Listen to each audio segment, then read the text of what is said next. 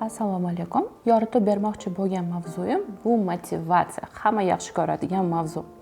Lekin kam odam biladiki, motivatsiya o'zi ikkita turga bo'linadi.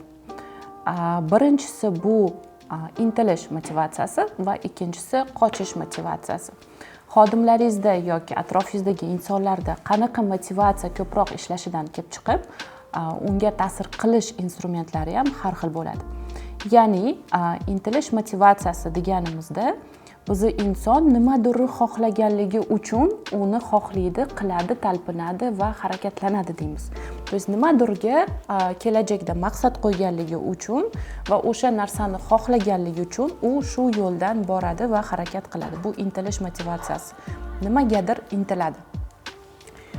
Va intilish motivatsiyasi bu juda ham kuchli motivatsiya, strategik fikrlaydigan insonlarda ko'proq bo'ladi va bu chuqur motivatsiya bo'lib, insonga juda ham katta kuch beradi va uzoq muddat ishlaydigan motivatsiya hisoblanadi.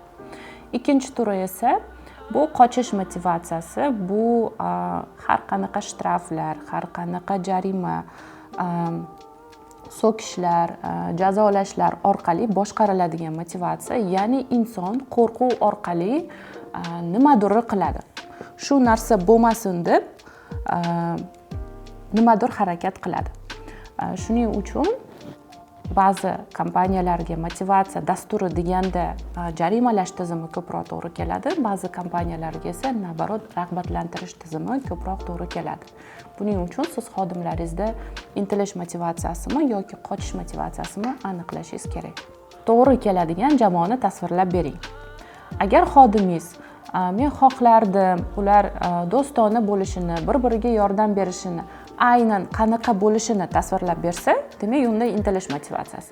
Agar u men xohlardimki jamoada hech kim urushmasa, bir-birini g'iybat qilmasa, to есть qanaqa bo'lmasligi kerakligini tushuntirib beradigan bo'lsa, demak unda qochish motivatsiyasi. Xulosa o'zingizdan.